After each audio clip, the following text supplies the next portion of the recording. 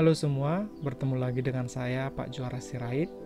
Kali ini kita akan mempelajari tentang sistem pencernaan manusia, pelajaran IPA di kelas 8 SMP. Di dalam sistem pencernaan manusia, kita akan mempelajari 3 bagian utama.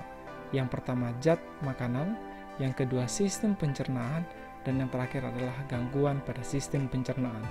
Kita mulai dari zat makanan. Zat makanan berfungsi sebagai sumber energi dan bisa mempertahankan pertumbuhan kita, serta juga dapat mengatur metabolisme. Yang terakhir adalah pengganti sel tubuh yang rusak.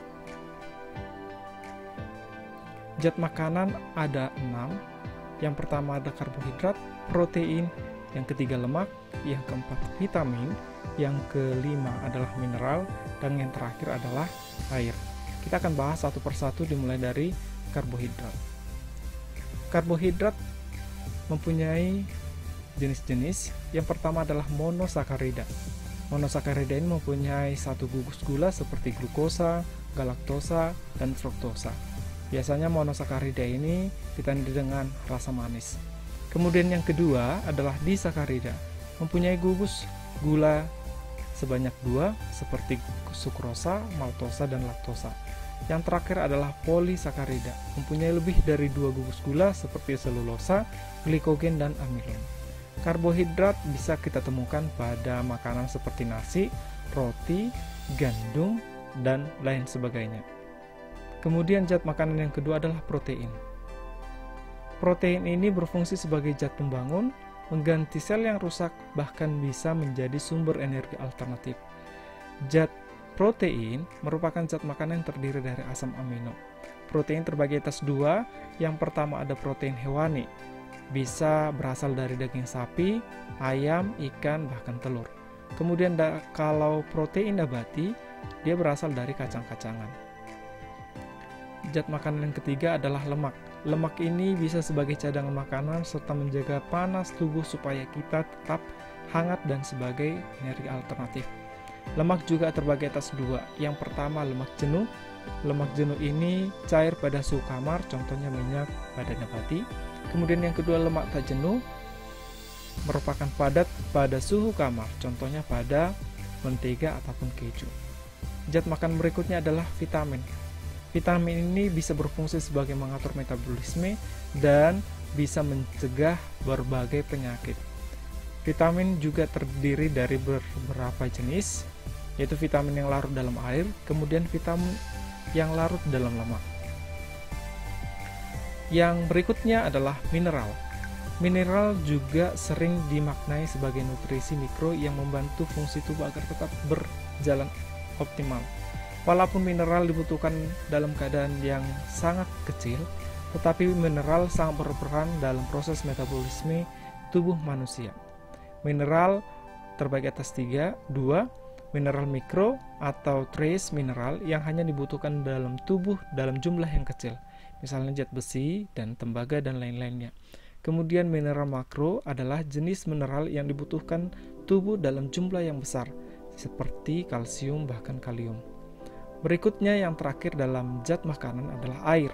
Air ini bisa sebagai pelarut dan pembentuk sel pada cairan tubuh, bisa mengatur suhu tubuh, bahkan pelumas di dalam tubuh kita.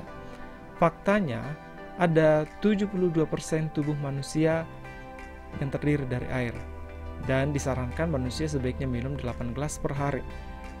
Dapat dari air minum, air berasal dari air minum bisa, kemudian buah bahkan sayuran. Sistem pencernaan. Nah, tahapan-tahapan sistem pencernaan kita harus mengetahui dulu supaya kita ke organ-organ pencernaan. Tahapan pada sistem pencernaan pertama adalah ingesti, yaitu proses pemasukan makanan ke mulut. Kemudian yang kedua digesti, proses pemecahan makanan. Kemudian yang ketiga setelah dipecah makanannya, maka tahapan berikutnya adalah absorpsi, yaitu proses penyerapan zat makanan yang berguna.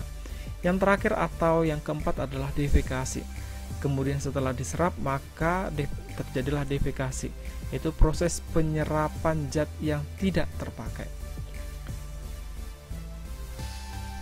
Jenis-jenis pencernaan pada sistem pencernaan manusia ada 2. Yang pertama adalah pencernaan mekanik yang terjadi di mulut sewaktu makanan dikunyah dan dihancurkan. Kemudian yang kedua adalah pencernaan kimia. Terjadi reaksi kimia yang menguraikan makanan molekul besar menjadi lebih kecil dengan bantuan enzim supaya dapat dicerna ataupun diserap oleh tubuh kita. Organ-organ pencernaan ada 6. Yang pertama adalah mulut, berikutnya esofagus, kemudian lambung, kemudian disalurkan ke usus halus, lanjut ke usus besar, dan terakhir dikeluarkan melalui anus. Kita mulai dari mulut. Mulut merupakan organ saluran pertama dalam sistem pencernaan. Di mulut ada air liur. Di air liur tersebut terdapat mukosa yang berfungsi untuk membunuh bakteri. Kemudian enzim tialin atau amilase yang mengubah amilum menjadi maltosa. Pada mulut terjadi 2 pencernaan, yaitu pencernaan mekanis dan kimiawi. Mekanis digunakan oleh gigi dan kimiawi dilakukan oleh air liur atau kelenjar saliva. Berikutnya adalah esofagus. Esofagus ini adalah saluran penghubung antara rongga mulut dan lambung.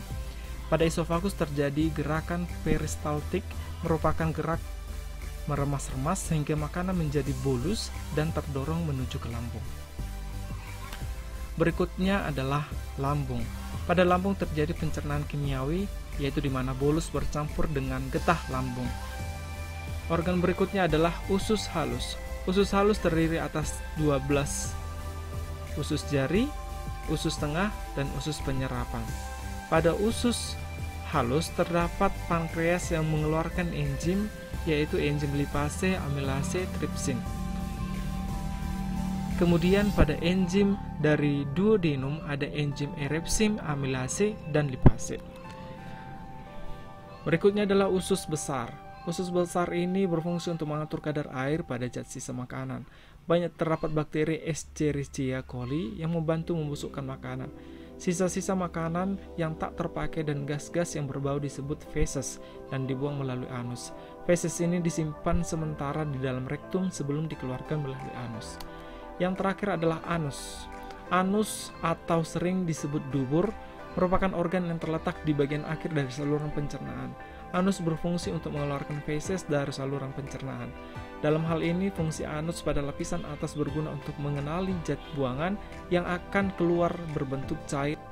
Berikutnya adalah gangguan pada sistem pencernaan.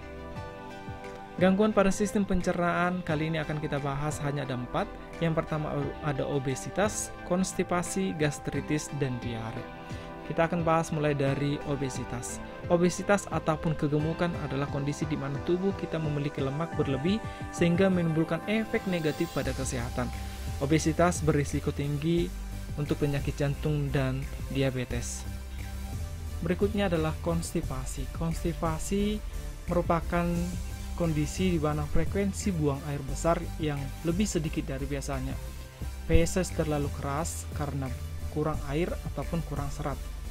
Berikutnya adalah gastritis. Gastritis di mana sakit pada lambung akibat iritasi atau peradangan karena meningkatnya asam lambung. Meningkatnya asam lambung ini biasanya kita disebabkan oleh makanan yang pedas ataupun infeksi bakteri. Infeksi bakteri ini bisa terjadi karena kita sering terlambat makan ataupun sering tidak makan pada waktunya. Berikutnya adalah diare. Diare merupakan penyakit infeksi pada usus besar.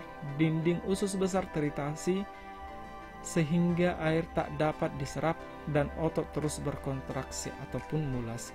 Penyebab dari diare merupakan infeksi bakteri Entamoeba-coli. Demikian untuk pembelajaran kita tentang sistem pencernaan manusia. Semoga ini bisa bermanfaat bagi kamu yang sedang belajar di sekolah. Terima kasih, sampai jumpa.